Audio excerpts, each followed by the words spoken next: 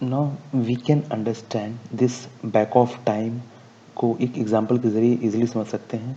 चलिए हम देखते हैं एक पहला एग्जांपल, दैट इज एग्जांपल 12.1। आपका एक स्टेशन है, दैट इज़ द स्टेशन आपके वायरलेस अलोहा नेटवर्क में है। जो दो स्टेशन के बीच की जो मैक्सिमम दूरी है वो आपकी है 600 किलोमीटर। सो द स्टेशन जो है वायरलेस नेटवर्क पे आपको 6 किलोमीटर अपार्ट है। अगर हम एज्यूम करते हैं कि जो सिग्नल्स जो प्रोपोगेट हो रहा है वो 3 इंटू 10⁸ मीटर पर सेकेंड की स्पीड से हो रहा है। तो अगर इतनी स्पीड से आपका डेटा प्रोपोगेट हो रहा है तो आप उसकी चाल, दैट इज आप उसकी स्पीड को कैलकुलेट कर सकते हैं। दैट इज चाल इक्वल टू दूरी बटा समय होता है। तो चाल equal to that is TP, आपकी प्रोपोगेशन टाइम आप कैलकुलेट कर सकते हैं। प्रोपोगेशन टाइम कैसे कर, आपको ये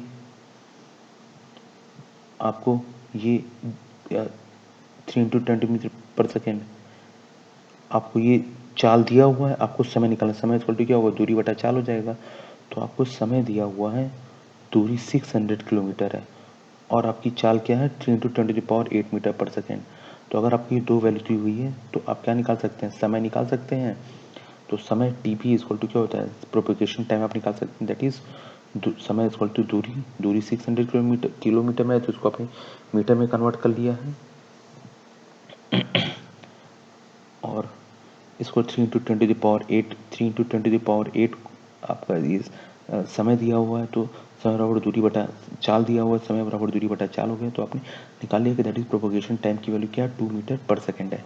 तो आपको मालूम है आपकी जो पीछे आपने एक चीज़ अभी पॉइंट देखी थी जिसे हम टाइम आउट पीरियड कहते हैं। तो टाइम आउट पीरियड हमेशा कहते हैं twice the value of TP होनी चाहिए। तो अब आप जब आपको वैल्यू अगर निकालनी है कि टीबी की वैल्यू क्या होगी, टीबी की that is back of time की वैल्यू क्या होगी फॉर डिफरेंट अनसक्सेसफुल ट्रांसमिशन के लिए, के डिफरेंट वैल्यूज़ के लिए बैक ऑफ टाइम की वैल्यू क्या होगी अनसक्सेसफुल ट्रांसमिशन के लिए। तो आप देख सकते हैं जो के की वैल्यू अगर आप 1 देखते हैं, तो अगर के की वैल्यू आप 1 रखते हैं तो जो रेंज होती है रीट्रांसमिशन की वो होती है 0 to 2⁻k-1। तो अब के की वैल्यू 1 है तो 0 हो जाएगा, के की वैल्यू जब 1 है तो 2⁻1 इक्वल टू 2 हो जाएगा, -1 इक्वल टू 1 हो जाएगा। दैट इज रेंज जो हो जाएगा 0 to 1 हो जाएगा। तो जो स्टेशन आपका है वो रैंडम नंबर जनरेट कर सकता है बिटवीन द 0 एंड 1 के बीच में। तो अगर आपका back of time T B equal to, अगर आपके टीबी की जो बैक ऑफ हम वैल्यू कैलकुलेट करेंगे वो क्या हो जाएगा, पहले जीरो के लिए आपका क्या हो जाएगा, जीरो को 2 से मल्टीप्लाई करेंगे दैट इज आपको 0 मिली सेकेंड हो जाएगा। और फिर आप क्या करेंगे, उस 1 को 2 से मल्टीप्लाई करेंगे दैट इज 2 मिली सेकेंड हो जाएगा। दैट इज आप एक 0 मिली सेकेंड बाद और 2 मिली सेकेंड बाद अपने डेटा को दोबारा से रिट्रांसमिट कर सकते हैं।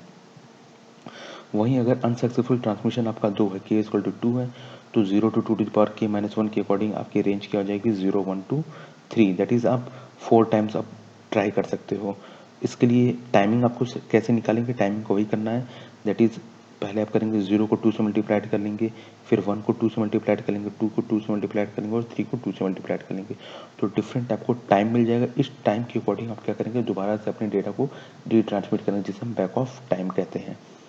इसी तरह के की वैल्यू आप 3 पे भी यही चीज़ कर सकते हैं। आपको एक चीज़ ध्यान देनी है कि अगर आपकी वैल्यू के की वैल्यू ग्रेटर देन 10 है तो इस वैल्यू को आपको सेट जो नॉर्मली किया जाता है वो सिर्फ 10 तक ही करना है, इससे ज़्यादा आपको नहीं करना है। तो आप देख सकते हैं कि आपको चाल और दूरी दी हुई थी तो आपने समय निकाल लिया था, टीपी बैक ऑफ टीपी निकाल लिया था, प्रोपोगेशन टाइम निकाल लिया। इस प्रोपोगेशन टाइम के जरिए आपने क्या हुआ, बैक ऑफ टाइम निकाल लिया, that is TB back of time निकाल, that is twice of the अपने जो प्रोपोगेशन टाइम था उससे मल्टीप्लाइड करके। ठीक है, तो ये के डिफरेंट डिफरेंट वैल्यूज़ में आपने ऐसे करके कैलकुलेट कर सकते हो ना। अगर हम टाइम बात करते हैं वनडेबल टाइम क्या होता है कि वनडेबल टाइम जो होता है ये लेंथ ऑफ टाइम आपको डिफाइन करता है कि in which there is a possibility of collision. अगर आपको ये पता चल जाए कि अगर ये टाइम है, अगर एक ये लिमिट ऑफ टाइम है, इस टाइम में पॉसिबिलिटी हो सकती है आपके कॉलिजन की, then we assume that the station sends fix length of frames with each time taking TFR second to send, which is called a vulnerable time for the station A। तो vulnerable time सिर्फ simple सा आपको ये depend करता है कि कितनी आपकी लेंथ ऑफ टाइम होनी चाहिए जिससे आपकी पॉसिबिलिटी ऑफ कॉलिजन को आप जान सकें, आपको पता चल जाए कि अच्छा this is the possibility of collision for the this length of the time. So if if we transmit the data greater than this length of time, then there will be the less possibility of collision. तो जैसा कि आप देख सकते हैं कि एक frame जो फिक्स लेंथ का फ्रेम है, उस फ्रेम को सेंड करने में जो एक मिनिमम समय आपका लगता ही है, जो मिनिमम समय लगता है वो TFR सेकंड लगता है। तो एक फ्रेम जिसकी लेंथ फिक्स्ड है, उसको एक जगह से दूसरी जगह तक सेंड करने में TFR समय लगता है।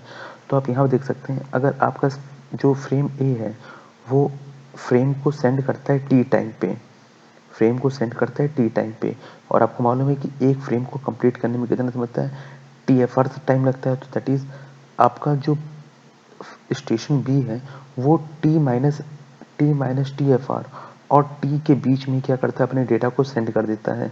तो ये क्या करता है, this leads to a collision between the frame A and B. Therefore ये पॉसिबिलिटी है कि the end of the frame जो होगा, end of the frame of B जो होगा, it collides with the beginning of the frame A.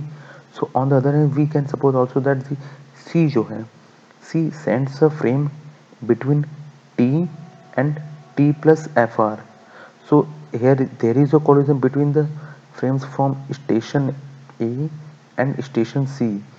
The beginning of C's frame जो होगा, it collides with the end of the A's frames. So from this discussion we can conclude that कि अगर कोई station आपके T time पे अपने data को send कर रहा है और एक फ्रेम को ट्रांसमिट होने में TFR टाइम लगता ही है, तो अगर उससे किसी एक ने अगर डेटा ट्रांसमिट किया है और उससे अगर T-TFR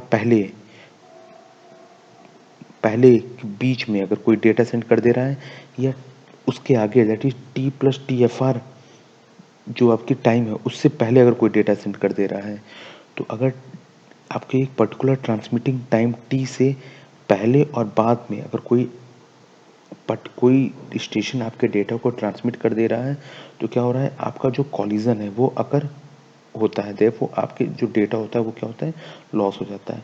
so it is compulsory to send the data after the 2 into 2 twice of the TFR, that is एक फ्रेम को सेंड करने के लिए जितना समय लगता है उसके ट्वाइस आपका जो होता है वो वनरेबल टाइम होता है।